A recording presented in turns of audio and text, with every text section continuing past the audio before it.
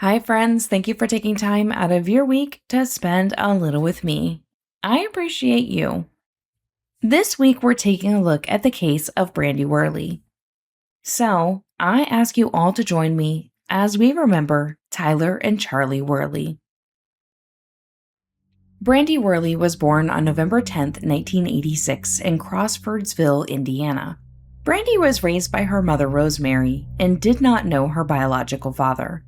Growing up, her mother remarried a few times, resulting in Brandi having several father-like figures. During her childhood, Brandi's mother admitted that Brandi experienced instances of abuse that later shaped her views of the world. After graduating high school in 2005, Brandi decided to continue her education at a local community college, where she studied to become a paralegal. It was here that she met Jason Worley. Jason Worley was born on April 4, 1986. Jason stated at the time of meeting Brandi, he felt she was hardworking and friendly, but could tell she loved to be the center of attention. In the beginning, Jason didn't really notice Brandi, but she seemed to be everywhere. He would see her in the hallways after his classes, and soon learned from a mutual friend that Brandi was interested in him. In the fall of 2006, Brandi and Jason started dating. Jason said he fell for Brandi quickly because she was full of joy and a people pleaser. The two had only been dating 6 months before Jason went to her mother and asked if he could marry Brandi. After finishing college, Brandi and Jason moved in together in Darlington, Indiana. Jason found work as a software engineer and Brandi at a department store. The two were focused, working hard and planning their wedding, when some cracks began to show. According to Jason, Brandi thought she had a guaranteed promotion, but when things didn't go her way, she lashed out and caused a scene. Because of her behavior, Brandi was fired from her job.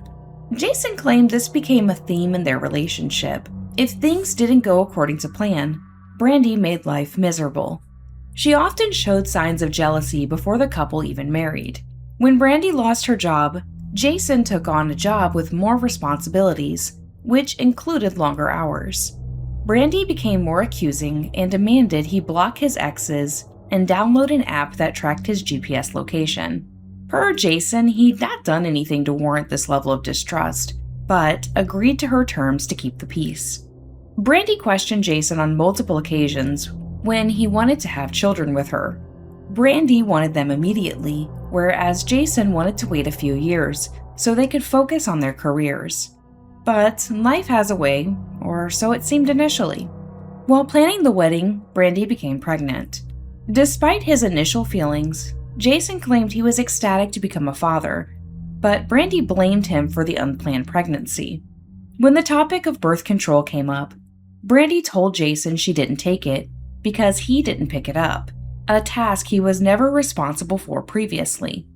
Brandi told Jason if he had any plans of leaving her, he needed to do it before the baby was born, because she wasn't going to have a broken home. Jason said he had no intentions of leaving her and was confused why a joyous occasion became overshadowed by negativity.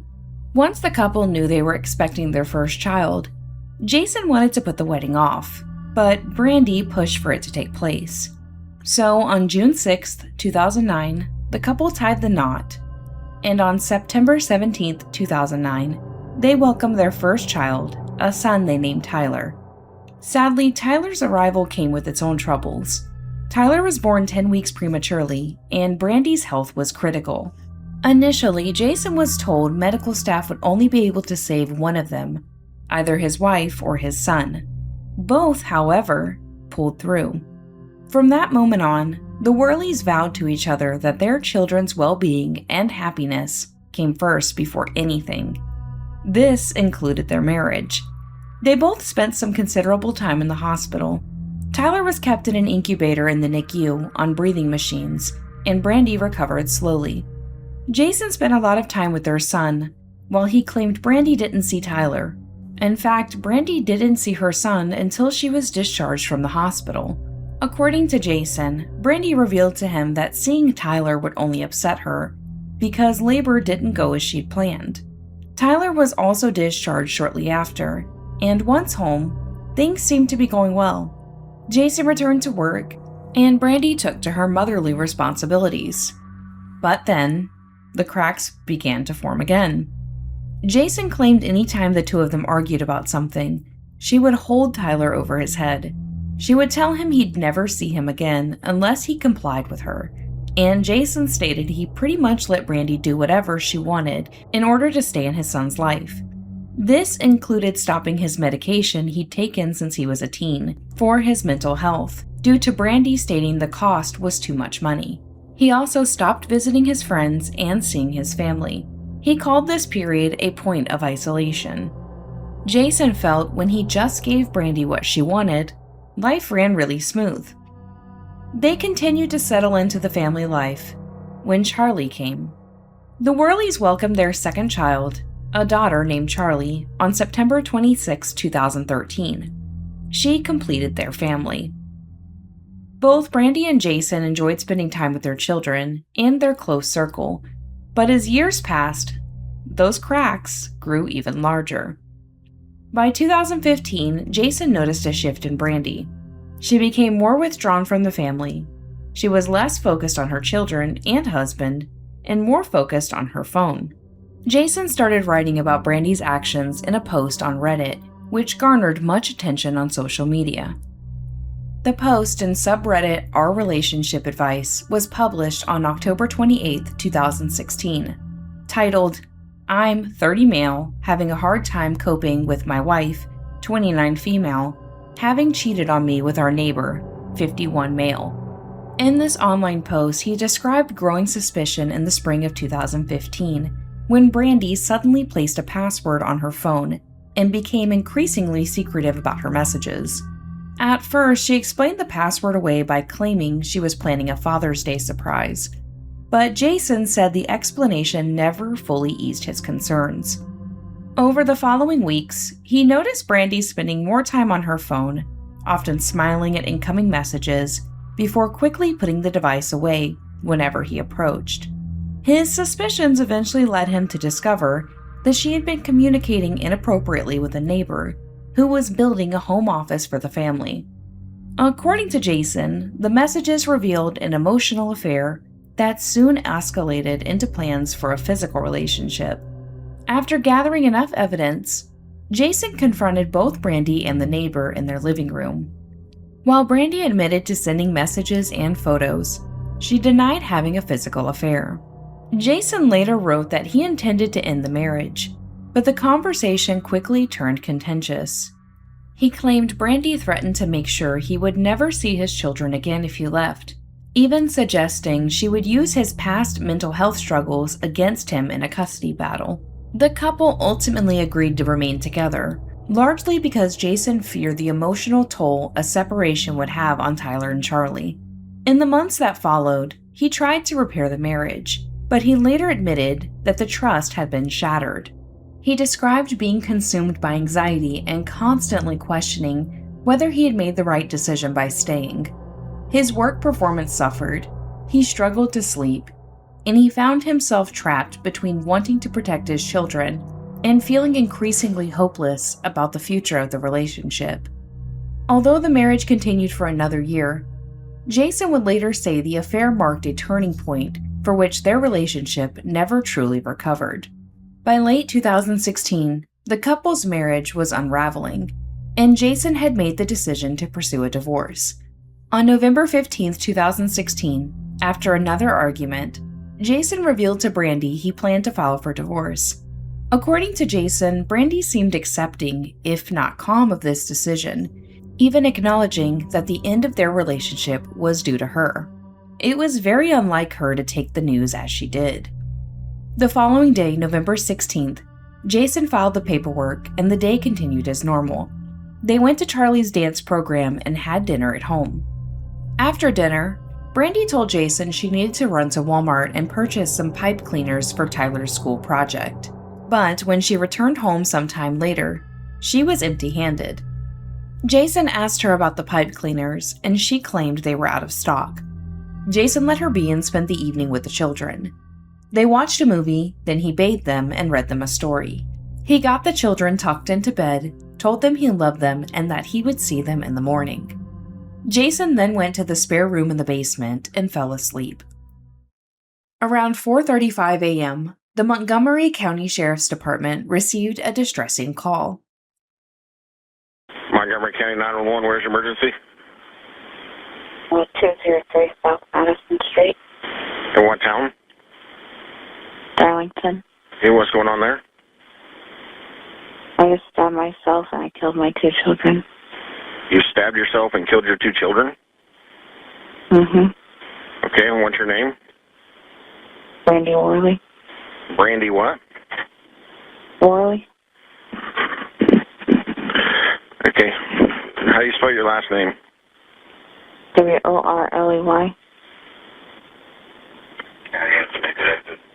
And where are the children at? In my daughter's room on the floor. In your daughter's room on the floor? Okay. Shortly after that call, Brandi's mother arrived at the Worley household. She urged Brandi to call after she called her to confess what she'd done. The dispatcher urged her mother to check on the children. Once in the room, she screamed out and shouted, "My babies," and "I don't know," over and over again.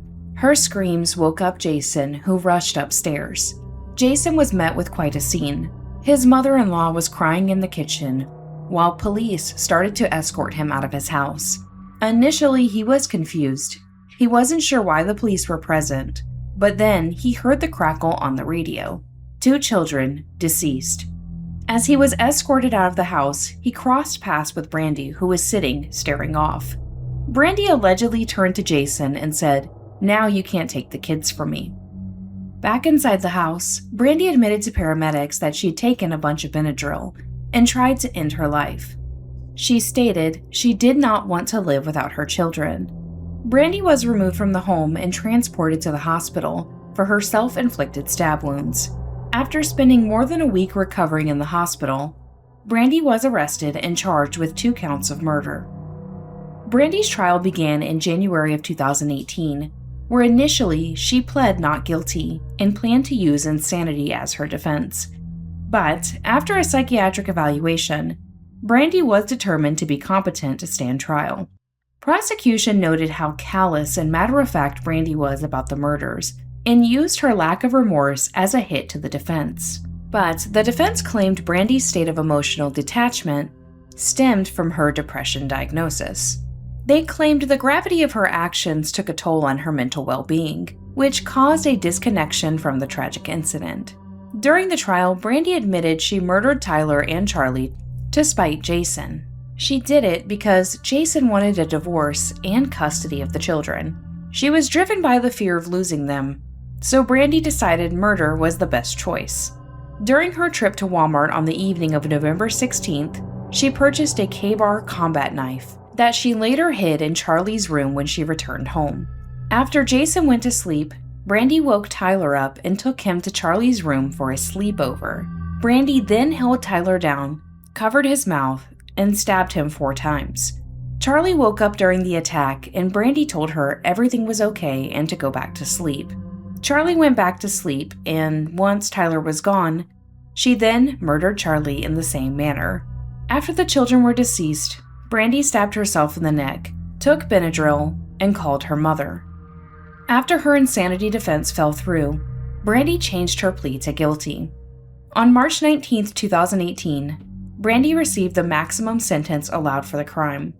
For Tyler's murder, she received 55 years, and for Charlie's, 65, for a total of 120 years without the possibility of parole. The sentences were ordered to run consecutively, essentially giving her a life sentence. The judge told Brandi that her crime was darkness that penetrated minds and hearts, and there was no explanation for her actions, and that she showed no remorse or empathy. Brandi said nothing during her sentencing and remained emotionless. When Jason asked what sentence he would prefer for his ex-wife, he simply said, "All I care is to never see her again. Out of sight, out of mind." Brandi is currently serving her sentence at the Indiana Women's Prison in Indianapolis. Tyler Worley is remembered by family and friends as an energetic and loving first grader with an innate ability to make friends.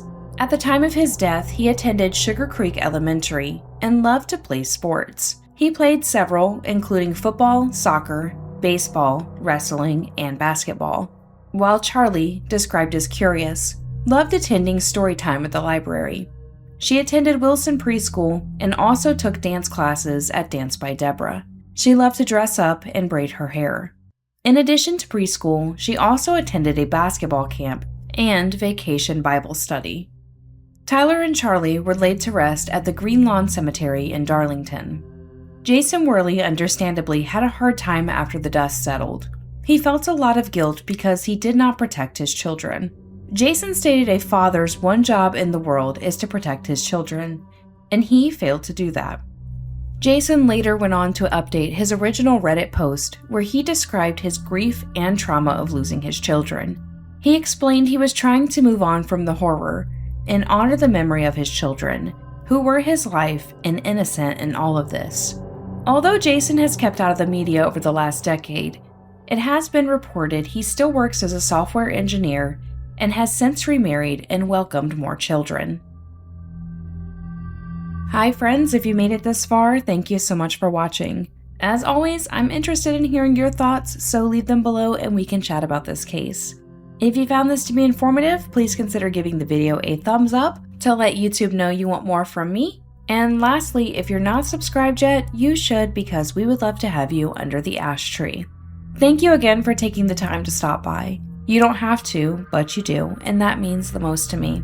I hope you all have an amazing week ahead of you because you deserve it. But for now, we must part ways. So stay safe out there, and I will see you in the next one. Bye, friends.